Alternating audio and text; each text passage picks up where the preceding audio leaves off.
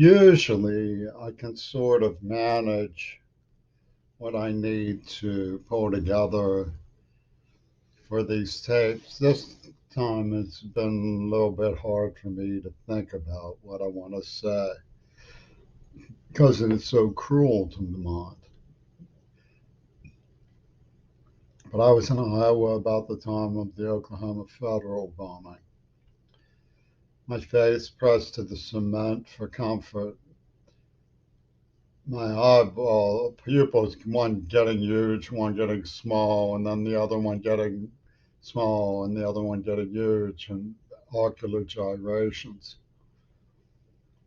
For years in homelessness, I had been pursued by the NAACP, demanding that I surrender to the implant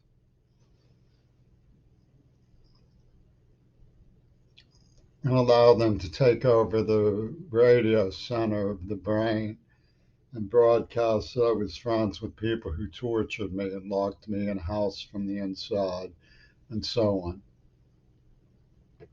People behind the letters from Israel, working with Schulman and Peter Gabriel. To my astonishment, there's evidence that has surfaced here in Tacoma that they were not only with Trump, but they were with Russia's Wagner group. Britain, in other words, pulled something.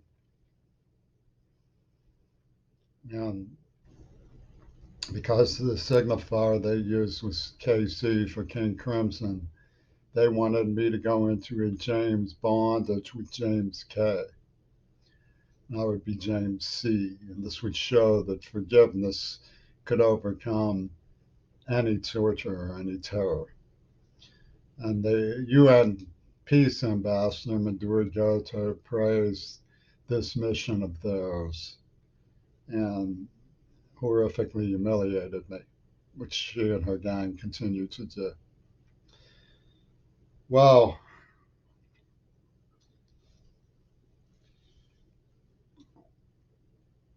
what I remembered, the throbbing, the pain, I didn't know this was in there. I couldn't get it to come out. It didn't stop until I remembered. Let's look briefly at what they were intoning that I was failing to remember. The girls at Carnegie Mellon playing drums for Evan Nauer and so on in ATS were saying the praises of the people who used me for an AIDS testing war game on Mount Desert Island because they said I was jealous of one of Schulman's partners.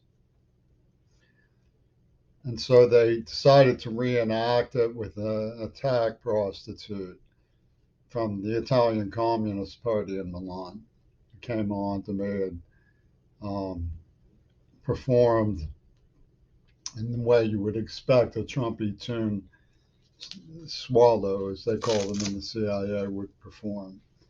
Of course, I thought she was with King Crimson, who I thought were the good guys, and so I thought she loved me. And she was out to frame. If you look at what they made films of, Michael Reagan and Martin Sheen made a film of me protesting the way I was being violated with a woman named Kathy D. I'll say her name is.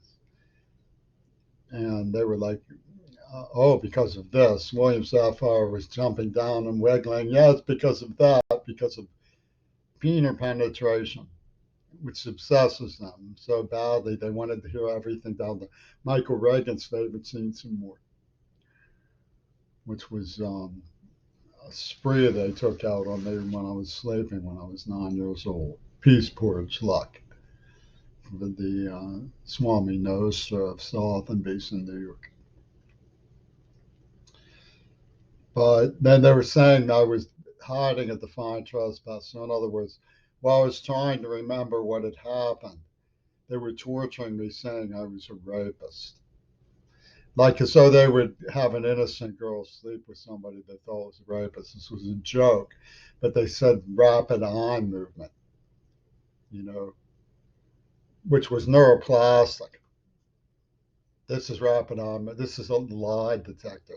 Obviously, they were heaping miserable lies. The empire behind media, which is heaping miserable lies on miserable lies, and saying, how dare he be evasive of our threat to inject him?